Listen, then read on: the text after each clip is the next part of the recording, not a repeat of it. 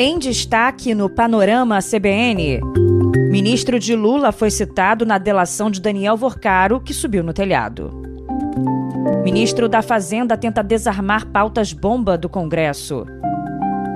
PEC que prevê autonomia financeira e orçamentária do Banco Central deve ser votada hoje. Presidente Lula reúne conselhão e na pauta estão as ameaças do novo tarifaço americano contra produtos brasileiros. Estados Unidos voltam a atacar o Irã após queda de helicóptero. Hoje é quarta-feira, 10 de junho de 2026.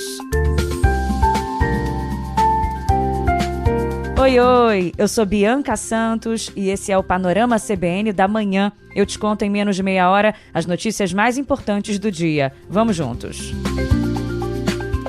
Começo contando que o banqueiro Daniel Vorcaro citou o ministro de Minas e Energia, Alexandre Silveira, nas duas propostas de delação premiada que ele fez.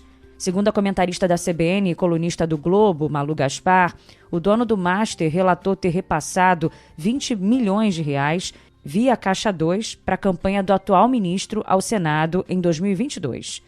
Integrantes do Ministério Público e da Polícia Federal consideraram as informações iniciais insuficientes pelo fato de o empresário não detalhar as contrapartidas do acerto financeiro. O detalhe é que não constam nos registros oficiais do Tribunal Superior Eleitoral as doações do empresário para a campanha de Alexandre Silveira. Não há registros no TSE de doações para a campanha de Silveira em nome de Vorcaro ou do cunhado dele, Fabiano Zettel, que atuava como operador financeiro do banqueiro. Bom, o ministro de Minas e Energia é o único integrante do primeiro escalão do governo federal citado nas minutas da colaboração de Daniel Vorcaro. O ministro participou de uma reunião com o empresário e com o presidente Lula no Palácio do Planalto em dezembro de 2024. Interlocutores próximos ao ministro dizem que Alexandre Silveira não conhecia o banqueiro na época da disputa eleitoral em Minas Gerais e que a acusação não tem sentido. Bom, e tem outra informação importante também sobre a delação. Segundo o jornal Estado de São Paulo, Daniel Vorcaro alterou os termos da segunda proposta de delação premiada. O banqueiro passou a classificar formalmente os repasses financeiros e vantagens concedidos ao senador Ciro Nogueira como pagamentos de propina. A versão anterior havia sido rejeitada sob o argumento de que as viagens e as festas custeadas decorriam apenas de relações de amizade. Os investigadores apontam que o parlamentar recebia uma mesada que variava entre 300 mil e 500 mil reais para a defesa de interesses do empresário no Congresso. De qualquer forma, mesmo com essa mudança, esse ajuste, a Polícia Federal está vendo uma tentativa de Daniel Vorcaro ganhar tempo com delação, a PGR está adotando cautela e a defesa de Vorcaro avalia que existe uma má vontade com as propostas. A tendência entre os investigadores é mesmo de rejeitar o material entregue na última semana, se não houver a apresentação de fatos novos. A Câmara Legislativa do Distrito Federal aprovou o projeto de lei que autoriza o governo local a contratar um empréstimo de até 6 bilhões e 600 milhões de reais junto ao Fundo Garantidor de Créditos. O placar em plenário foi de 11 votos favoráveis ao empréstimo e 9 contrários. A matéria segue agora para a sanção da governadora do Distrito Federal, Celina Leão. O texto foi enviado em regime de urgência para reformular o plano de capitalização do Banco de Brasília depois da identificação de fraudes naquelas operações com o Banco Master. Bom, o presidente do Banco de Brasília, Nelson Antônio de Souza, disse que o banco estima perdas de 8 bilhões e 800 milhões de reais. Agora, nas palavras do Nelson Antônio, a instituição, o Banco de Brasília, foi a maior vítima da fraude do Banco Master. Ele falou que um aporte de quase 9 bilhões levará a instituição a ter um lucro superior a 1 bilhão a partir de 2028. Lembrando que esse empréstimo agora será pago em 15 anos e contará com a fiança de um consórcio formado pelos maiores bancos públicos e privados do país. Como contrapartida, contra a garantia para fechar o negócio, o Distrito Federal empenhou as cotas de arrecadação do Fundo de Participação dos Estados e do Fundo de Participação dos Municípios. O acordo, homologado no Supremo Tribunal Federal, também exige contrapartidas de austeridade fiscal que proíbem, por exemplo, novos concursos públicos e a criação de cargos no Executivo do Distrito Federal. Os deputados da base governista aprovaram uma emenda que retira os reajustes salariais de servidores e militares do congelamento de gastos. Vamos mudar de assunto agora? Para eu te contar que o Tribunal Superior Eleitoral ainda não tem data para retomar o julgamento para analisar a liminar concedida pelo presidente da Corte, Cássio Nunes Marques, que censurou a pesquisa do Instituto Atlas Intel. O levantamento divulgado em maio apontou queda nas intenções de voto do pré-candidato Flávio Bolsonaro, depois da revelação de que ele pediu dinheiro para o banqueiro Daniel Vorcaro.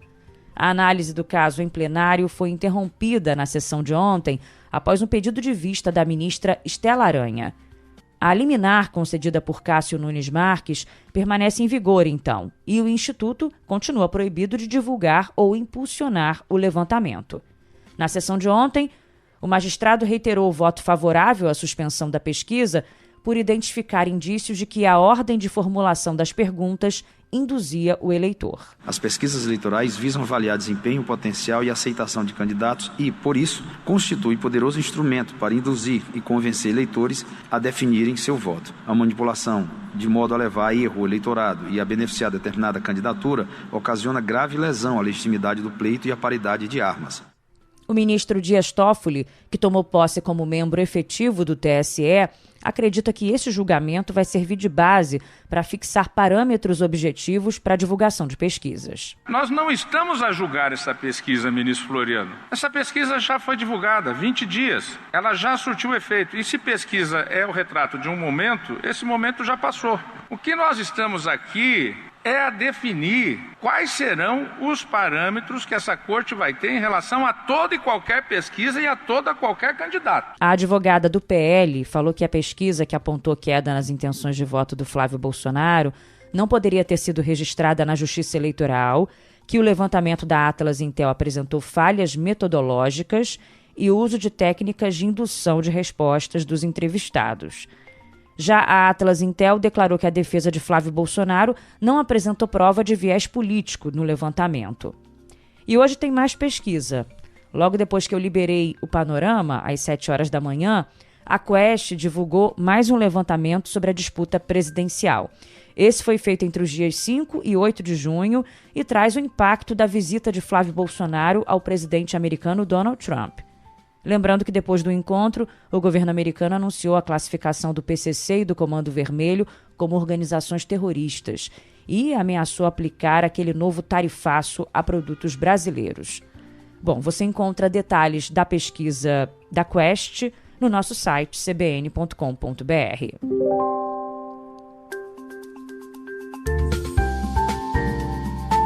Por falar no novo tarifaço, o presidente Lula deve discutir esse assunto hoje com empresários e integrantes da sociedade civil. No Conselhão, ele vai comandar a primeira reunião do ano do Conselho de Desenvolvimento Econômico e Social Sustentável no Palácio do Itamaraty. O encontro de ministros, empresários e integrantes da sociedade civil vai debater diretrizes do desenvolvimento sob o mote da soberania nacional. Analistas econômicos e representantes do mercado avaliam que o impacto macroeconômico imediato deve ser restrito devido à preservação de itens estratégicos como cafés e carnes. Agora vamos ao Congresso Nacional. Para te contar que o Senado pode votar hoje um projeto que tem um impacto estimado em 120 bilhões de reais aos cofres públicos nos próximos 10 anos. A proposta trata da renegociação da dívida dos produtores rurais e é considerada uma das pautas bomba pela equipe econômica. Aliás, ontem o ministro da Fazenda, Dario Durigan, se reuniu com o presidente do Senado, Davi Alcolumbre, para discutir a pauta de votações de projetos de alto impacto fiscal, essas que são chamadas pautas bomba, né? A equipe econômica calcula que o conjunto de propostas em tramitação pode custar mais de 270 bilhões de reais aos cofres públicos. O Ministério da Fazenda também manifestou preocupação com a PEC que concede aposentadoria integral e paridade para agentes de saúde. A matéria aguarda a votação na Comissão de Constituição e Justiça, e essa tem um custo projetado em 99 bilhões de reais. A agenda de negociações entre o governo e os senadores inclui ainda os debates sobre o novo piso salarial para médicos e cirurgiões dentistas, com impacto de 47 bilhões de reais. Num discurso no plenário ontem, Davi Alcolumbre reclamou da pressão para aprovar os novos pisos salariais de várias categorias. No ano de eleição, isso aqui é muito complexo. Porque o que botar para votar isso aqui, todo mundo vai votar sim, por conta da eleição, e vai ter que arrumar 10 Brasil para pagar. E aí fica sendo eu o culpado que não quer dar um piso para o médico, um piso para o médico que salva a vida das pessoas no pronto atendimento. É muita coisa, é muita polêmica, é muito problema. E como muitos dos problemas, hoje eu estou sendo responsável por quase todos, eu vou continuar com a minha tese do que a gente fazer o certo, com a cabeça tranquila, é melhor do que fazer as coisas. Bom, deu uma alfinetadinha aí no governo, né? Porque o clima não anda muito bom entre o governo Lula e o presidente do Senado, Davi Alcolumbre. Lembrando que o Executivo está tentando também articular o adiamento de uma outra PEC que amplia os repasses da União ao Fundo de Participação dos Municípios. E sem acordo com o governo, a PEC que prevê a autonomia financeira e orçamentária do Banco Central deve ser votada hoje. A equipe econômica diverge do parecer apresentado pelo relator, senador Plínio Valério, no que diz respeito à nova natureza jurídica conferida ao Banco Central. O relatório transforma o BC em uma entidade pública sob um novo regime jurídico. O governo defende a classificação de autarquia de natureza especial. Nesse regime defendido pelo governo, o BC precisa de autorização do Ministério da Gestão para a realização de concursos, o que, segundo o relator, deixa o banco sem autonomia administrativa. Pelo texto do relator, o Banco Central pode realizar contratações como julgar necessário, desde que com a supervisão do Conselho Monetário Nacional e da Comissão de Assuntos Econômicos do Senado. O governo preparou uma emenda alterando a natureza jurídica do Banco Central, mas antes de formalizar, encaminhou para avaliação do relator. Vamos ver se vai ter acordo, né? Plínio Valério garantiu ao G1 que não aceita mudança proposta pelo governo Lula e ainda acusou a equipe econômica de trabalhar para que a PEC não seja votada. Tem mais um impasse entre governo e Senado. O presidente do Senado, Davi Alcolumbre, adiou mais uma vez a definição do relator da PEC que prevê o fim da escala 6x1 na Comissão de Constituição e Justiça. Ontem, Alcolumbre cancelou de última hora uma reunião com o presidente da CCJ, Otto Alencar, e evitou reunir os líderes dos partidos para discutir o assunto. Nesta terça, ele se reuniu com o ministro José Guimarães, que é o responsável pela articulação política do governo, mas não quis se comprometer com um calendário para votar a proposta que é tão esperada pelo governo Lula, né? Enquanto isso, a oposição pressiona o presidente do Senado a pautar um texto alternativo, que autoriza o trabalhador a escolher entre a CLT e um regime flexível baseado em hora trabalhada. A Fiesp e outras 3.000 entidades empresariais de vários setores divulgaram uma carta aberta de apoio a essa PEC alternativa. E na Câmara, o presidente Hugo Mota pediu ao governo federal que retire o regime de urgência do projeto de lei que trata do fim da escala de trabalho 6x1. Ele falou que a medida trava a votação de outras propostas de lei na Câmara até que o texto seja analisado. O tema foi discutido ontem numa reunião com o ministro das Relações Institucionais, José Guimarães. Esse projeto foi enviado para regulamentar pontos da PEC já aprovada pela Câmara, que prevê 2 dias de folga por semana ainda nesse ano e a redução gradual de jornada de trabalho de 44 para 40 horas em até 14 meses após a conclusão da tramitação no Senado Federal. E isso aí está difícil de acontecer. Agora eu te conto que o governo adiou temporariamente as análises do pente fino do benefício de prestação continuada, o BPC, voltado às pessoas com deficiência. O objetivo é acelerar a redução da fila de requerimentos do INSS. As revisões, agendadas entre maio e outubro, foram remarcadas para a partir de janeiro de 2027. Além de concentrar os servidores do Instituto na análise de processos previdenciários, a medida livra o presidente Lula do desgaste político decorrente de corte de benefício, Procurado, o INSS informou em nota ao jornal o Globo que não suspendeu as revisões periódicas do BPC, quer dizer, esse pente fino, mas reconheceu que 280 mil consultas foram reagendadas. No caso aí é só mudar as palavras, Um integrante do alto escalão do governo admitiu que não há condições de fazer o pente fino e reduzir a fila ao mesmo tempo, porque a força de trabalho é a mesma. Agora vamos para o Supremo Tribunal Federal. Para te contar que o STF vai julgar hoje recursos das Big Techs contra a decisão da Corte que alterou as regras de responsabilidade civil das plataformas digitais no Brasil por publicações de terceiros. O plenário físico vai analisar 12 embargos de declaração apresentados por empresas de tecnologia e por entidades da sociedade civil. Em 2025, o STF, vamos lembrar, invalidou o trecho do Marco Civil da Internet que exigia ordem judicial prévia para a remoção de postagens. A Corte fixou que as empresas podem ser responsabilizadas se não retirarem imediatamente conteúdos de crimes graves ou postagens notificadas extrajudicialmente. A representação jurídica do Facebook pede a concessão de um prazo mínimo de 6 meses para adaptação técnica às novas obrigações normativas. A empresa também requer que o tribunal restrinja a punição por omissão a casos manifestamente criminosos e aplique o entendimento apenas a fatos posteriores à decisão. A defesa do Google demanda a definição expressa dos requisitos obrigatórios para a validação das notificações de remoção feitas por usuários.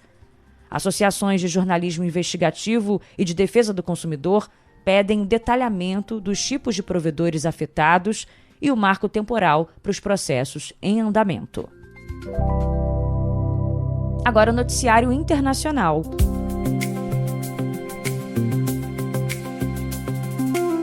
As Forças Armadas do Irã lançaram hoje ataques aéreos contra bases militares dos Estados Unidos na Jordânia, no Kuwait e no Bahrein.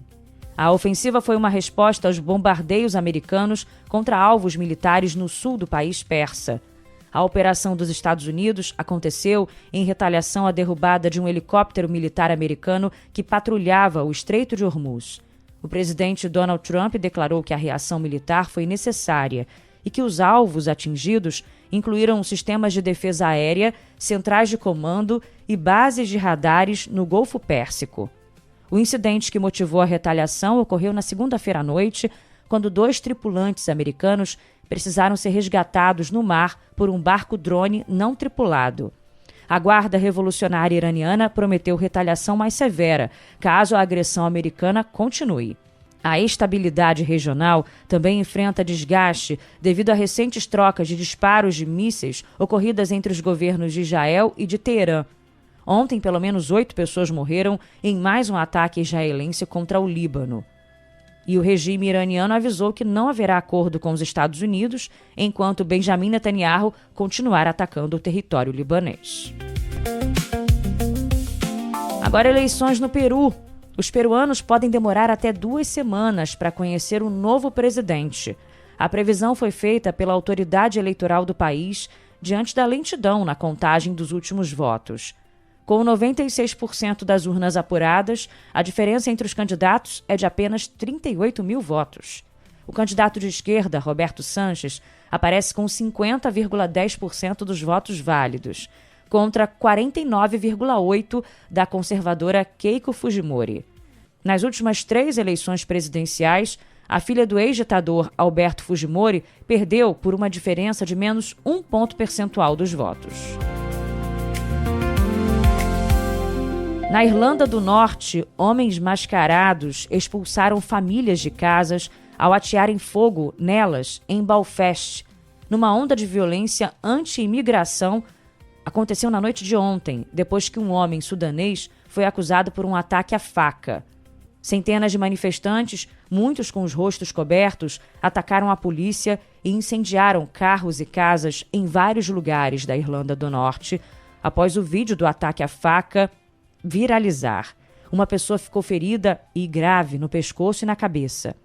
Muitas casas podiam ser vistas queimando na cidade ontem à noite. Um vídeo transmitido pela BBC mostrou a polícia ajudando uma família a escapar de uma casa em chamas. Nos Estados Unidos, o Congresso aprovou um projeto de lei de 70 bilhões de dólares que financia a ofensiva migratória do presidente Donald Trump durante o restante do mandato dele. A medida, aprovada pela Câmara e pelo Senado, segue agora para o gabinete de Trump para promulgação. Para o presidente republicano, ela representa uma vitória em um dos temas políticos mais emblemáticos. O projeto prevê uma dinheirada para o Serviço de Imigração e Controle de Alfândegas, recursos que se somam a muito que já foi aprovado no ano passado pelo Congresso, de maioria republicana, tudo destinado ao combate à imigração. O governo Trump enfrenta a pressão dos defensores de uma linha mais dura contra a imigração, que lamentam que as autoridades não tenham conseguido alcançar a meta de 1 milhão de deportações por ano. E a gente está vendo essa política de deportações acontecendo na Copa do Mundo, né? Aliás, o árbitro da Somália, que foi impedido de entrar nos Estados Unidos para o Mundial, chegou hoje à capital, Mogadíscio, onde foi recebido por uma multidão de apoiadores e autoridades. Omar Artan estava prestes a se tornar o primeiro árbitro da Somália a atuar numa Copa do Mundo após ser incluído na lista final da FIFA para o torneio. Mas foi barrado no sábado no Aeroporto Internacional de Miami por questões de verificação e deportado, sem detalhes. Com isso, a FIFA o retirou da lista de árbitros do Mundial. Então, Artan retornou à Somália e foi recebido por lá como herói no aeroporto. Ele agradeceu ao governo e ao povo do país. A Somália está entre quase 40 países sujeitos às novas restrições de viagens impostas sob a política de imigração do governo Trump.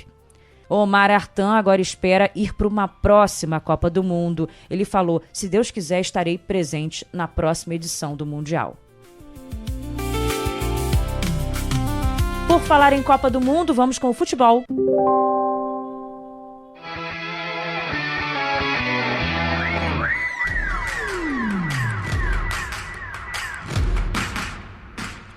Na véspera da abertura da Copa, o técnico Carlo Ancelotti comanda hoje ao meio-dia mais um treino da seleção brasileira nos Estados Unidos. O Brasil estreia no sábado às 19h contra o Marrocos, né? Há 3 dias da estreia, Ancelotti ainda não informou quem que vai ser o lateral direito da seleção. Depois do corte de Wesley, a posição deve ficar com Danilo ou com o zagueiro Ibanez, que já fez a função no amistoso contra o Panamá e pode virar titular. Não, a gente vem trabalhando forte durante a semana, essa semana passada e a outra também, a gente vem trabalhando muito forte, dando o nosso melhor ali dentro do campo para chegar o mais pronto possível para esse jogo de estreia, e isso é o máximo que eu posso te falar, porque se eu fizer mais do que isso, dá ruim para mim depois. E ontem, em Fortaleza, não deu para a seleção brasileira feminina de futebol contra os Estados Unidos. O Brasil perdeu por 1-0 diante de 55 mil torcedores. As jogadoras Marta e Angelina criticaram muito a arbitragem do amistoso na Arena Castelão. A árbitra espanhola Paola Lopes expulsou 4 jogadoras brasileiras, além do técnico Arthur Elias e mais 2 membros da comissão técnica.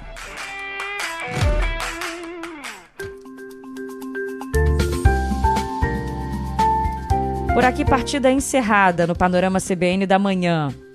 Lembrando que tem o Panorama CBN da noite com Leandro Gouveia. Ouça sempre as 2 edições. E participe, fala comigo lá pelo Instagram, biancasantos.bia, ou então por e-mail, bianca.santos@cbn.com.br. Falar o quê? Comenta os assuntos, sugere música também para o nosso sextou. Pode mandar já a partir de hoje, tá? Nosso DJ Laerte Afonso agradece. Vou embora com ele e com o nosso editor Edmilson Fernandes, que me ajuda na construção do texto. Um beijo, até amanhã. Tchau, tchau.